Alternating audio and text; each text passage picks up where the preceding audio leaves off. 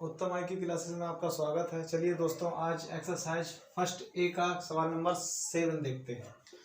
तो इसमें जो है दिखाइए कि कोई भी धनात्मक विषम पूर्णांक 6q+1 तथा 6q+3 6q+5 के रूप का होता है जहाँ q कोई पूर्णांक है। तो इस सवाल को कैसे लगाएंगे देखते हैं। यूक्लिड विभाजन प्रमेय क्या है?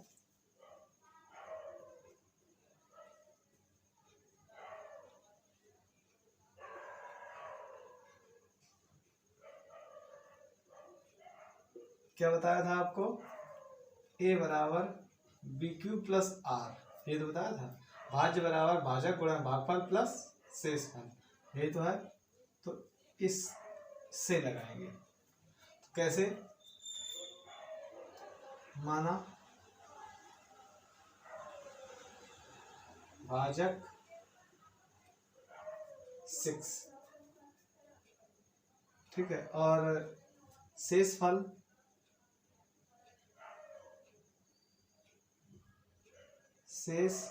शेष जो होता है ना वो भाजक से छोटा होता है। तो शेष जब भाजक से छोटा होता है तो क्या क्या हो सकता है? शेष 0 हो सकता है, 1 हो सकता है, 2, 3, 4, 5। भाजक से छोटा, शेष हमेशा भाजक से छोटा होता है। यूक्लिड विभाजन प्रमेय के अनुसार शेष भाजक से छोटा होता है। तो शेष भाजक से छोटा, ये शेष हो सकते हैं।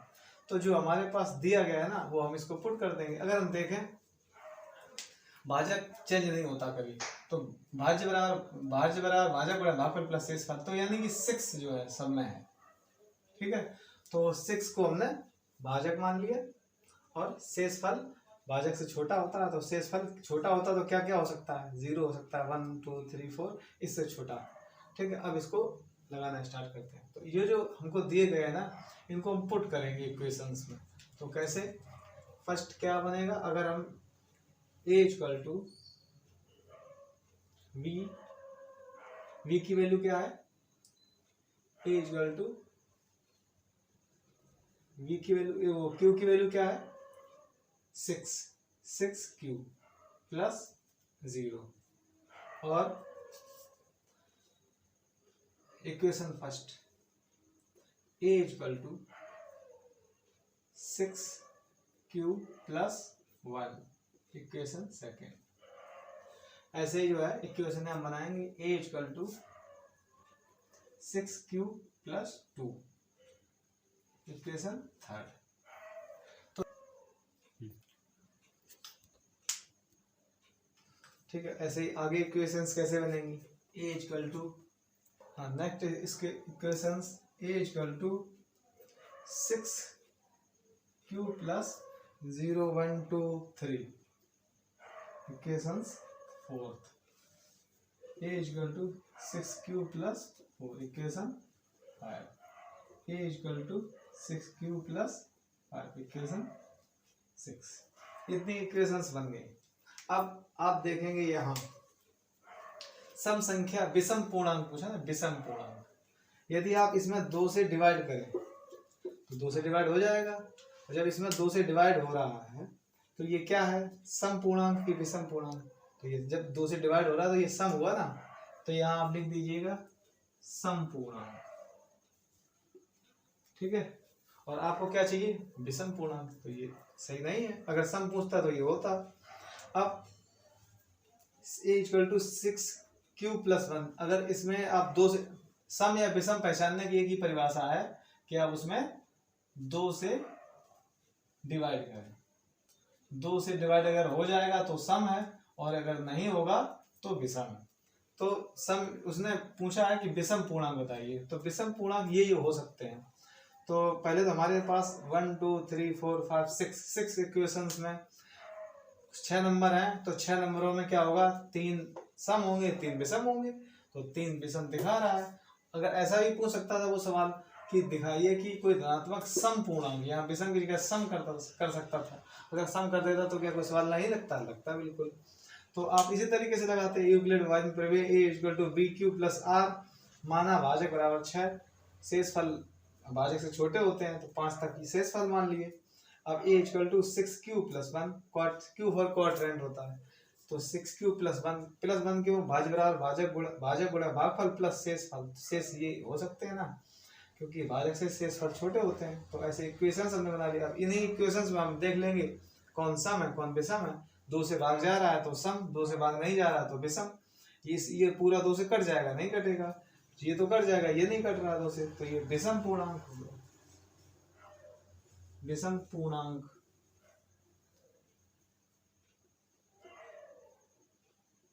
ठीक है, और ये दोनों संख्या 2 से कट रही हैं, तो ये सम पूर्णांक है।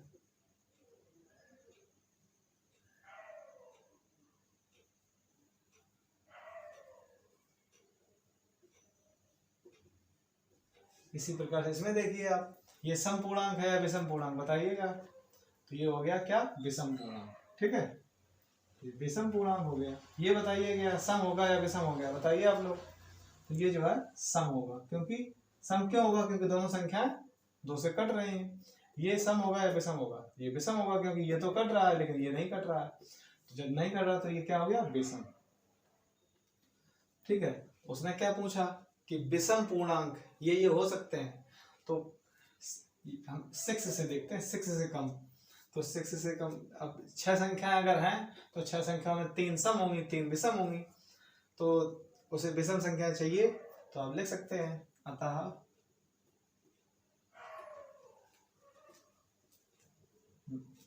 विषम धनात्मक विषम पूर्णांक। ठीक है, विषम पूर्णांक पहला कौन सा, 6q प्लस 1, और दूसरा विषम कौन सा, 6q प्लस 3, और तीसरा 6q प्लस 5 हो सकते हैं। ठीक है, देख लिया ना हमने, हो सकते हैं। अब इसी प्रकार से अगर वो क्वेश्चन कर देता क्या कि पूरा को सवाल वही रहता, दिखाइए कि कोई भी धनात्मक सम पूर्णांक। ठीक है, जब सम पूर्णांक देता तो यहाँ का वो बदल देता सवाल में। यहाँ क्या करता, सम पूर्णांक की जगह पे यहाँ ये आपको 6 ये दिया था ना, तो आपको वो देता 6q। ठीक है, ये नहीं देता, ये देता सम पूर्णांक। अगर यहाँ वो सम लिखता, सवाल चेंज कर दिया जाए तो, और ये तो फिर आपको 6q प्लस 2, और यहाँ पर कर सकता था कि 6q प्लस 4। अब आप इस सवाल को लगा के दिखाएंगे। ये सवाल आपकी बुक में नहीं है, लेकिन ये सवाल कैसे बनाना, दिखाइए कि कोई भी धनात्मक सम पूर्णांक, विषम की जगह सम कर देना, और इस ये नंबर है, इसकी जगह पे लिखना 6q, इसको मत लिखना, इसकी जगह पे आप इसको पुट करना 6q प्लस 2, इसकी जगह इसको पुट कर लेना 6q प्लस 4, और बाकी सब वैसे नोट कर लेना। तो एक ही सवाल में 2 सवाल छिपे हुए हैं, बिल्कुल सेम ऐसे यूक्लिड विभाजन प्रमेय से। भाज्य बराबर भाजक गुणा भागफल प्लस शेषफल, a बराबर bq प्लस r। भाजक सेम है ना सभी का 6, तो भाजक आपको 6 मान लिया, और शेषफल कैसे मान लिया, शेषफल हमेशा भाजक से छोटा होता है, तो भाजक से छोटा मतलब 6 से कम 1, तो 6 से कम 0 से स्टार्ट किया, 0 1 2 3 4 5 तक हो सकता है शेषफल। अगर भाग करें तो शेषफल इससे कम हो सकता है। तो अब हमने वही भाज्य बराबर भाजक गुणा भागफल प्लस शेषफल, यानी कि ये जो इक्वेशन है यही हमने रखी।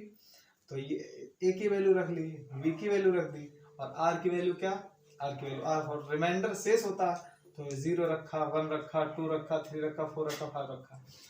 इन सवालों को कई तरीके से यूट्यूब पे बताया गया है, अध्यापक तक का तरीका अलग अलग होता है, लेकिन मेन बात यही है कि अगर किसी संख्या से भाग करें तो विषम ये प्राप्त होगा, तो सम भी प्राप्त होगा। अगर विषम कह रहा है तो वहां वो सम भी कैसे, जरूरी नहीं कि वो यही सवाल अगर बच्चे कहेंगे कि साहब जो आपने पढ़ाया वो आया ही नहीं, भाई आया तो है, वो पेपरों में ऐसा कर सकता है कि विषम की जगह सम लिख सकता है, तो क्या करेंगे आप, तो क्या नहीं लगा पाएंगे, लगाना तो पड़ेगा ना। तो क्या 6q प्लस 2, 6q प्लस 4, तो एक ही सवाल में 2 सवाल छिपे हुए हैं। अगर सम पूछे तो सम को उठा के दिखा देना, विषम को पूछे तो विषम को उठा लेना और वहीं लिख देना। तो इस तरीके से सवाल लगाया जाएगा। एक बात हमेशा याद रखना, क्या कि जो है जो रिमाइंडर होता है, जैसे 6 में अगर आप किसी का डिवाइड करें, जैसे 4 का डिवाइड किया, ठीक है, 4 बन जाए 4 तो 2 आए, ठीक है, या 6 से डिवाइड करें, आप 6 से आपने डिवाइड किया, 6 बन जा 6 तो 0 आया, ठीक है। तो पहला आपको 0 मिला। अगर आपने 5 से डिवाइड किया, ठीक है, 5 बन जा 5 तो कितना आया, 5 बन जा 5 यानी कि 1 आया, ठीक है। 1 हो सकता है, और क्या हो सकता है, 4 से किया 4 बन जा 4, 2 हो सकता है। देखना हम दिखाना चाहते हैं कि क्या क्या आ सकता है। 3 से किया, ठीक है, 3 2 जा 6 तो 0 ही आया, ठीक है। 2 से कर सकते हैं, 2 3 जा 6 फिर भी पूरा कर दिया, ठीक है। 2 के अलावा 1 से कर सकते हैं, ठीक है। 1 6 जा 6 0 यानी कि कुल मिला के जो आप रिमाइंडर देख रहे हैं 3 6 3 2 जा 6 यानी कि इससे तो ये क्या हो रहा है, कम ही आ रहा है। इससे भी कम आएगा, इससे तो कम आएगा ही, इससे भी कम आ रहा है, ठीक है। रिमाइंडर होता है वो भाजक से छोटा होता है, तो जब भाजक से छोटा होगा ना तो मान सकते हैं उसी से कम, तो रिमाइंडर ये आ सकते हैं, ठीक है। चलिए देखते हैं क्वेश्चन नंबर 8 को। किसी परेड में 616 सदस्यों वाली एक सेना की टीम में तथा दूसरी 32 सदस्यों वाली टीम में संख्याओं को परेड करनी है, तो किस हिसाब से मैनेज करें कि कॉलम की संख्या अधिक से अधिक हो सके। तो सबसे पहले इसमें मैंने अधिक से अधिक पकड़ा, जिसमें अधिक से अधिक हो उसमें HCF ही होता है। HCF का मतलब ही है महत्तम समापवर्तक, या महत्तम संख्याएं लिखे तो भी महत्तम HCF ही होगा, HCF ही होगा, हाईएस्ट कॉमन फैक्टर। तो जिसमें अधिक से अधिक ये सवाल मिले उसमें हाईएस्ट कॉमन फैक्टर यानी कि HCF ही होगा, या महत्तम मिल जाए अधिकतम मिल जाए उसमें HCF ही होगा। तो इसमें आप क्या करेंगे, HCF कर दीजिएगा। तो पहली सेना की टीम आप लिख सकते हैं, थोड़ा लिखावट अच्छे से लिखिए। दिया है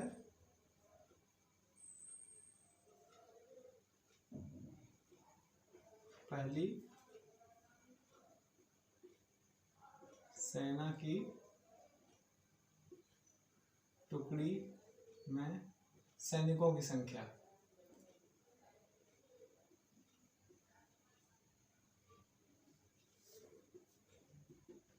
कितना दिया गया है 616। इसी प्रकार दूसरी सेना की सैनिकों की दूसरी टुकड़ी में सैनिकों की संख्या कितनी दी गई है 32, ठीक है। तो वो जो है इस हिसाब से चलना चाहते हैं कि कॉलम उनके बराबर हो जाए। तो कॉलम बराबर के लिए आप इन दोनों का HCF कर दीजिए। तो HCF करेंगे ना,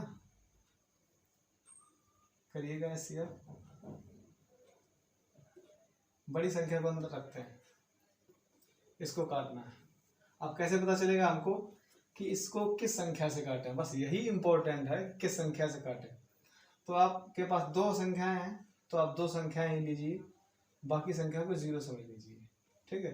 तो 32 का अगर 2 बार करेंगे तो 64 हो जाएगा, तो ज़्यादा हो जाएगा, तो आप 20 बार तो काट नहीं सकते। आपको ये बात समझ में आई कि अगर 2 संख्याएं आपके पास हैं तो आप 2 संख्याएं लीजिए, बाकी संख्या को 0 मानिए। अब 32 का एक बार केवल पड़ा तो बहुत कम हो गया, तो 32 दूनी 64 यानी कि 64 आसपास आ रहा है, 61 64 की ही लाइन में है, इसलिए 32 दूनी 64। अब ये 20 के आसपास होगा, 20 से तो गया नहीं, 19 से करके देखेंगे। 20 ज़्यादा हो रहा ना, अब 19 से करके देखेंगे, ठीक है।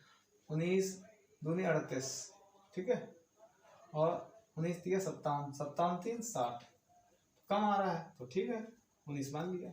ऐसे देख सकते हैं कि कौन कम ज़्यादा, वहाँ एवरेज पे पहुँचने के लिए। अब इनको माइनस करेंगे जैसे करते थे, बाकी 0 हो गया 32, 8 चौको 32, तो रैम 0 आया। जब रैम 0 हो जाए तो सवाल पूर्ण हो गया। अतः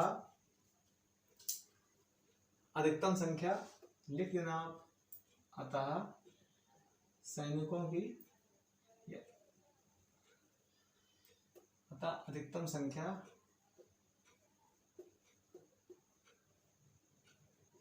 इक्वल टू 8। HCF में हमेशा ये आंसर आता है, ठीक है। अब नेक्स्ट सवाल देखते हैं। चलिए दोस्तों देखते हैं क्वेश्चन नंबर 9 को। इसमें यूक्लिड विभाजन प्रमेय ये तो लिख ही लीजिए आप, क्योंकि ये चैप्टर ही यूक्लिड विभाजन प्रमेय का है, ये एक्सरसाइज। तो यूक्लिड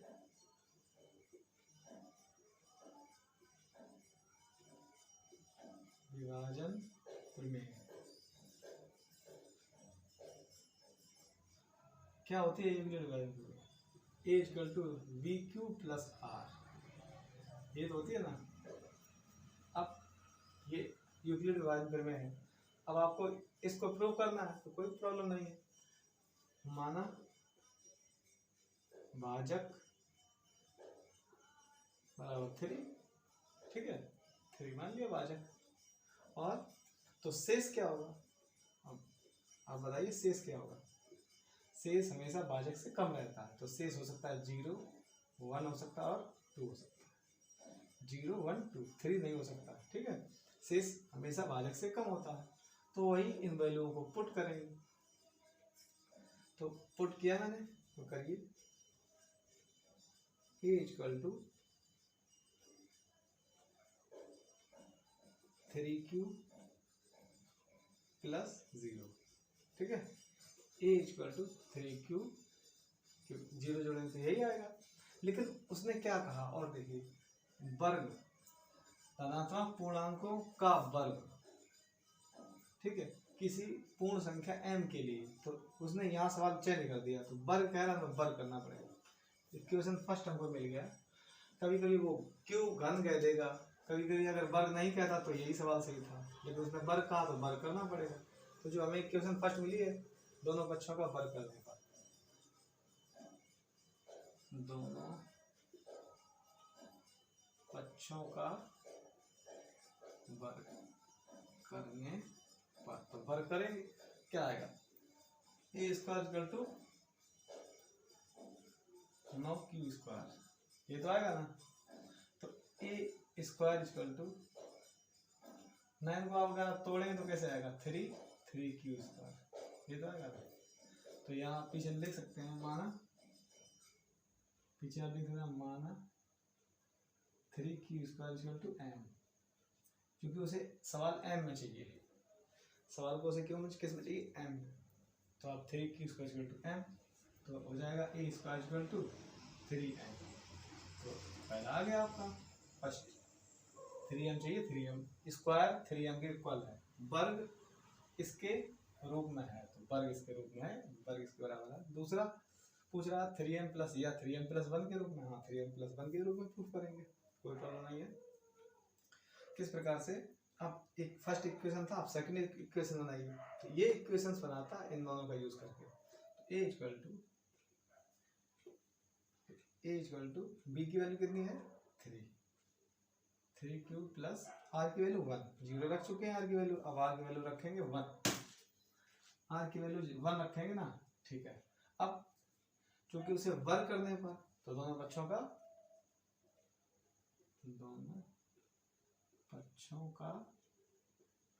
वर्ग करने, क्या आएगा वर्ग? a स्क्वायर इक्वल टू, इसका वर्ग करोगे तो a प्लस बी का होल स्क्वायर हो जाएगा। तो कैसे? a square plus B square plus 2ab, ठीक है, ये हो जाएगा ना।